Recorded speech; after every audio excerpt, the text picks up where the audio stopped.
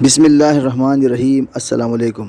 मैं शुक्रगुज़ार हूँ नाज़रीन कराम कि आपने मेरी वीडियो देखने के लिए वक्त निकाला। नाज़रीन कराम, हबीब अकरम साहब ने लाहौर के अंदर गवाल मंडी के हलके में जाकर पूछा है कि अगर नवाज़ शरीफ साहब वापस आते हैं तो क्या इलेक्शन जीत जाएंगे कि नहीं जीतेंगे। इस हलके का जो रिज़ल्ट आया है इसने पूरी नून लीग को हिला के रख दिया है कि ये अवाम हमारे बारे में क्या सोचते हैं। ये हलका नून लीग का गढ़ था, वहाँ के लोगों ने क्या कहा है ये सर्वे आपके सामने रखता हूँ। 67% लोगों ने कहा है कि नहीं जीत सकते, 27% लोगों ने कहा है कि जीत जाएगी और 6% लोगों ने कहा है कि हमें नहीं पता। अब ये जो 67% हैं ये इमरान खान का वोटर है और जो 27% हैं नून लीग का वोटर है और 6% वो लोग हैं जो कहते हैं जिसकी मर्ज़ी हुकूमत आए हमें कोई फ़र्क नहीं पड़ता। एक खातून से जब हबीब अकरम साहब ने सवाल पूछा तो इन्होंने आगे से जो कमाल जवाब दिया है वो ज़रूर सुनिएगा।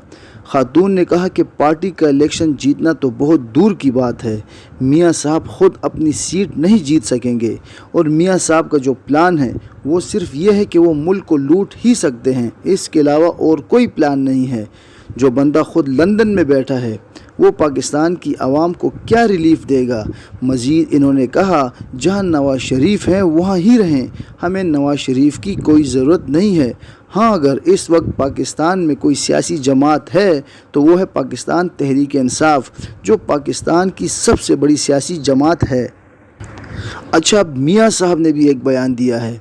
वो फरमाते हैं कि अवाम रोटी खाए, बिजली के बिल दे, दवाई ख़रीदे, मुल्क और कौम को इन हालात से दो चार करने वाले कौन हैं।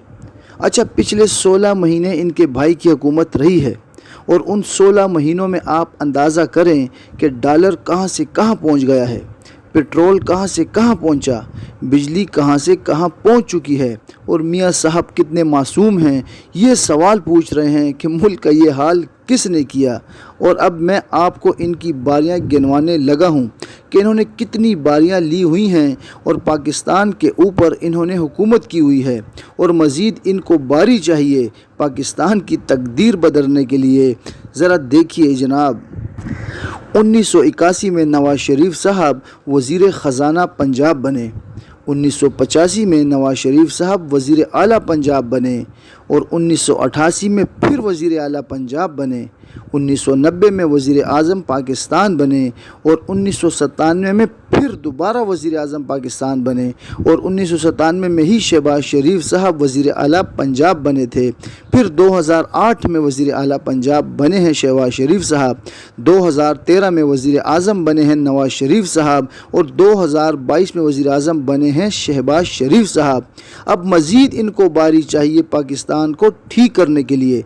ये जो पहले इन्होंने 8-10 बारियां लगाई हैं इसके अंदर इनको मौका नहीं मिला कि पाकिस्तान को किस तरह ठीक करना है। जनाब, अब बात चल रही है कि आगे जो इलेक्शन आएगा इसको मैनेज कैसे करना है।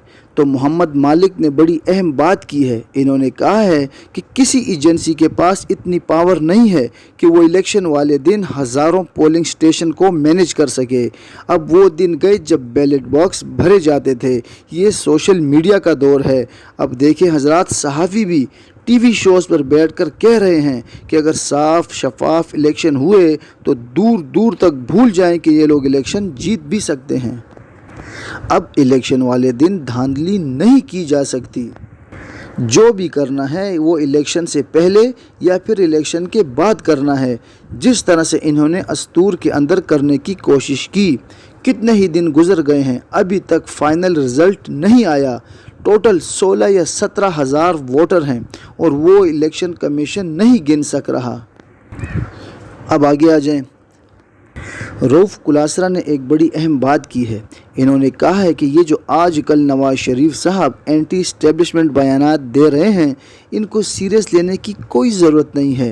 ये जो फरमाते हैं कि ये जो मुल्क को तबाही के धाने पर लेकर आए हैं ये सब कुछ जनरल बाजवा ने किया, साकिब निसार ने किया, जनरल फैज़ हमीद ने किया, इसको सीरियस ना लें।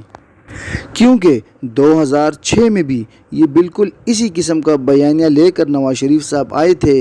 انہوں نے کہا تھا کہ وہ کارگل کے ایشو کے ذمہ دار جرنیلوں کو کٹہرے کے اندر لائیں گے، مگر 4 سال اقتدار میں رہے لیکن کمیشن کا نوٹیفیکیشن تک جاری نہیں ہوا تھا۔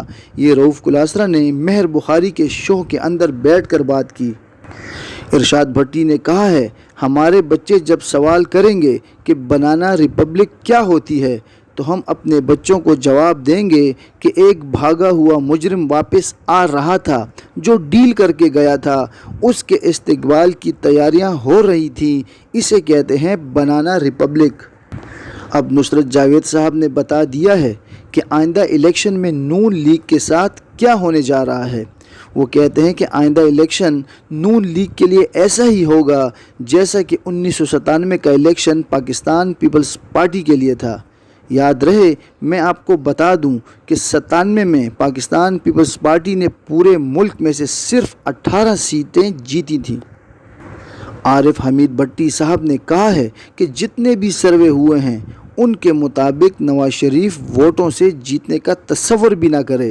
ہاں، اگر کہیں فیصلہ ہو چکا ہے یا ضیاء الحق ٹائپ کا کوئی ریفرینڈم ہوا تو اس الیکشن میں نواز شریف جیت سکتا ہے، ورنہ کسی بھی صورت نہیں جیت سکتا اگر صاف اور شفاف الیکشن ہوئے۔ کاشف عباسی نے بڑی اہم بات کی ہے۔ انہوں نے کہا ہے کہ 16 مہینے کی نون لیگ کی حکومت کی ناقص کارکردگی کو تو بیانیہ بنانا نہیں جا سکتا، لہٰذا نواز شریف جلسوں میں تقریریں کرنے کے لیے ایک بار پھر اینٹی اسٹیبلشمنٹ بیانیہ لے کر آ رہے ہیں۔ حالانکہ نواز شریف صاحب اسی اسٹیبلشمنٹ سے ڈیل کر کے ملک سے باہر گئے تھے اور جنرل باجوہ کو ایکسٹینشن بھی دی تھی۔ لطیف کھوسہ صاحب نے ایک بہت اہم بیان دیا ہے۔ انہوں نے کہا ہے کہ بھگوڑا نواز شریف آنے کی جرت نہیں کر سکتا، ہاں اگر آنے کی غلطی کر بھی گیا تو اڈیالہ جیل اس کی منتظر ہے۔ اچھا جناب، اب آخر میں مریم نواز صاحبہ نے ایک بیان دیا ہے کہ جب آسمان کا نظام حرکت میں آتا ہے تو اسے کوئی روک نہیں سکتا۔ بیسکلی آسمان کا نظام ان کی ڈیلیں ہوتی ہیں، اور جب ڈیل ہو جاتی ہے تو پھر وہ کوئی روک نہیں سکتا ان کو دوبارہ وزیر اعظم بننے سے۔ ناظرین کرام، اگر صاف اور شفاف الیکشن ہوتے ہیں تو وزیر اعظم بننا تو بہت دور کی بات ہے، یہ لوگ اپنی سیٹیں بھی نہیں نکال سکیں گے۔ اب تک کے لیے اتنا ہی، اپنا خیال رکھیے گا۔ پاکستان زندہ باد۔